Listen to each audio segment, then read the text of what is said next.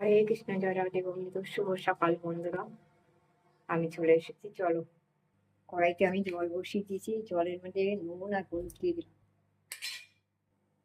এবারে কিছু কাঁচা লঙ্কা দিয়ে দিলাম।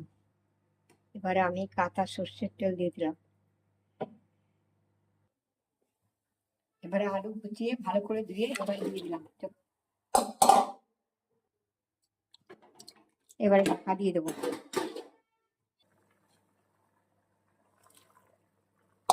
কুমড়ো, টমেটো, ক্যাপসিকাম, এবার সামান্য একটু হিং দিয়ে দিচ্ছি। হিং আর একটু কাঁচা তেল দিয়ে দিচ্ছি।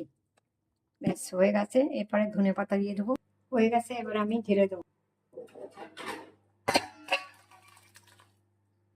হয়ে গেছে আমার সোনামন্দির জন্য একটা বেস্ট রেসিপি। হরে কৃষ্ণ, জয় রাধে গোবিন্দ।